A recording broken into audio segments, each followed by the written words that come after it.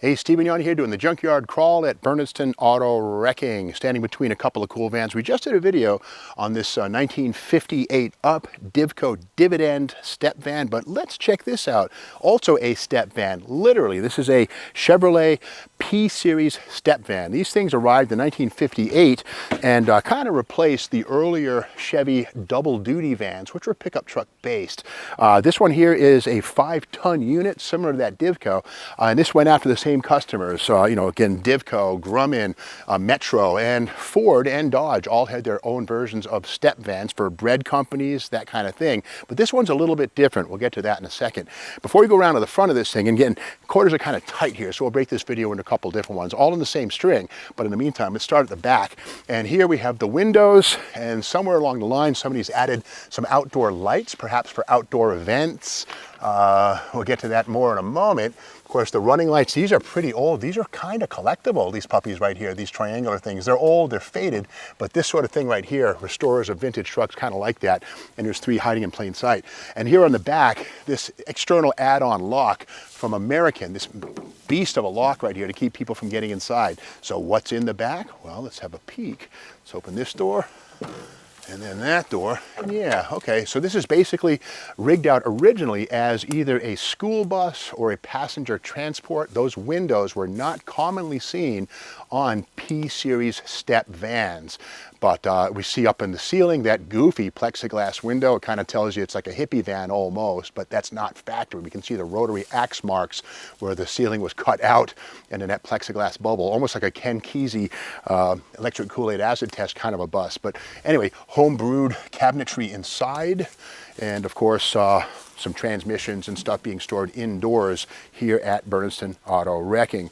And again, we get to the odd nature of this one. Again, most of these were panel vans, but again, the sliding windows on this one speak to the fact that it was probably used for civilian use, as it were. And see here, the Jacob Christian Church of New Haven, Connecticut. So this was probably originally ordered by a church and used to spread the gospel, spread the good word. Now this is a 5-tonner. It has the full floating axles right there. I believe those are 17 or 18-inch rims, a heavy-duty chassis. Let's break for a second, take a look inside around the nose of this thing. And making our way to the front of this puppy, here again is the step van logo. And again, these are generically known as step vans, but Chevrolet actually utilized the term step van on these P-Series starting in 1958 on up. Now, speaking of 1958, the styling on this thing is pretty radical. This major curved windshield right here. Again, the 50s were all about wraparound windshields, but here on this 30 series P-Series step van, and again, here's the 30 right there telling us it's a 5-tonner, or 10,000 or 5,000 pound or 10,000 pound 5-ton capacity. We'll see more of that in a second. But again, this is more about visibility and eliminating blind spots. And speaking of which, this tiny little triangular window in the A-pillar, kind of a weird thing. You'd think that was such a small thing. Why invest in a piece of glass? But that's how thorough they were on eliminating blind spots. And again, this one was used as a church van, and it has auxiliary lights on the outside.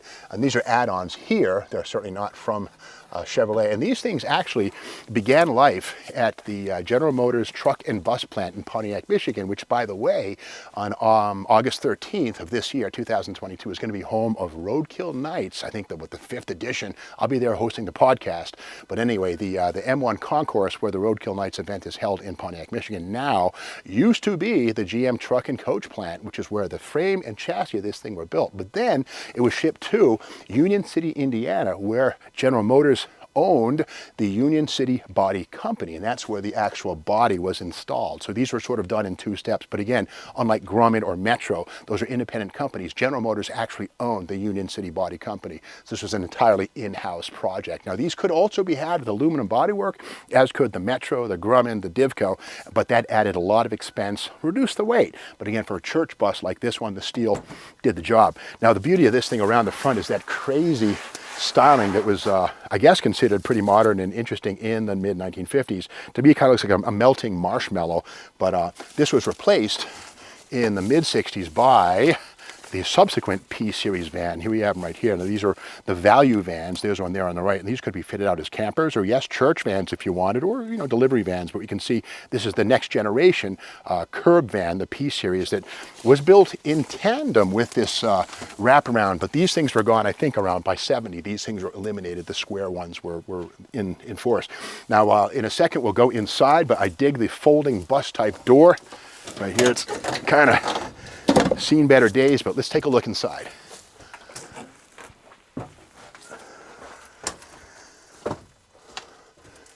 All right, so yeah, inside this thing we can see where, you know, it was formerly used for spreading the gospel, I guess. This is a manual transmission, probably a 3, maybe a 4-speed. And something interesting, we all know that in 1965, federal emissions regulations mandated PCV, or positive crankcase ventilation systems, on passenger cars. Well, as early as '58, these P-Series vans had PCV systems because, here it is right here, that's a little valve. This vents crankcase fumes outside. Here's the thing, in an enclosed environment like this, you don't want fumes from the engine getting inside. So these step vans had PCV systems long before the 1965 edition of these things on passenger cars. But again, here is the Chevrolet 6-banger. This is probably the 250, 1-barrel carburetor. And again, something kind of interesting is in some situations, like on a pickup, there's a taller air cleaner, but because this lives inside of a low-profile doghouse, the air cleaner is sort of a step design here. With this duct that then has the filter element inside, and it sits down sort of as a side saddle kind of routine to reduce the overall height. Some weird stuff in here. Look at this. This is a Mopar big block exhaust manifold. What is this doing in here? But hey, it's a junkyard. Things get stored randomly. But kind of neat, the things you find inside. Ooh, first aid kit. Okay, it's time to look. Here we go. And again, being a passenger vehicle, you know, if somebody falls, breaks their finger or whatever, you got to be able to deal with it. And here we have, okay, this hasn't been opened in a while. Fainting or unconscious from any cause, lay patient on stomach, etc., etc. Here's the data from the American Optical. Huh. My dad used to work for these guys way back in Sturbridge or Southbridge, Massachusetts. Anyway, let's continue. Ooh, nice gauze bandages. So we can, you know, wrap up the nice little pin right there. No tetanus at all on that one. That's good. What do we have here? Some Band-Aids. Is these Band-Aids? Oh, it's an ammonia inhalant. Where's the bad lieutenant when you need him? Where's Harvey Keitel? Anyway, but inhalant, I guess you snap these open, you revive the patient if there's an issue. And here we have some, vitamin C. Let's hope it really is. And yeah, hang on, there's more. This is kind of cool. Here's some how-to. This is fresh stuff, ready to go. Passes code, it's all good. Probably some ointments, salves, glass bottles, old school. Kind of cool. Let's put that all back together and seal it up for...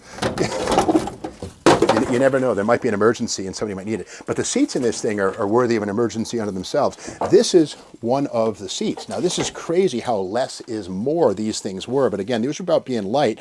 And as a step van, these seats were meant to fold up. But this thing would sit on these brackets. And look how austere this thing is. Now, of course, there would have been a pad. But a lightweight seat made of steel tubing. Talk about inexpensive and easy to produce. Kind of interesting. And in the back, you know, all kinds of volume. But again, this was dressed out inside, perhaps with seats or maybe a sort of a rolling chapel kind of a deal. But anyway, yeah, this is Chevrolet's answer to the Divco, to the Metro. And basically, these were built, again, all by General Motors, the Union City body plant in Indiana, and the Pontiac, Michigan chassis plant. So all GM, and again, the step van market was a huge thing. And, you know, in the 1960s, as today, home deliveries from Amazon or Prime or whatever it might be, or UPS or FedEx. Back in the day, this is the kind of vehicle that would have done it. But this one here, well, it had a higher calling as a rolling chapel, if you will. But again, that's the story of this 1958 Up P-Series wraparound windshield step van. If you like these videos, be sure to check them out. And by the way, in this video's description, click the link for the videos on the Divco Dividend and the International Metro, which are similar vans to this one. So check them all out and see which one you like best. If you like this video, be sure to subscribe to the Steve Maggs YouTube channel, hit the bell, ring the like, whatever it is, and just keep watching. We're here every day.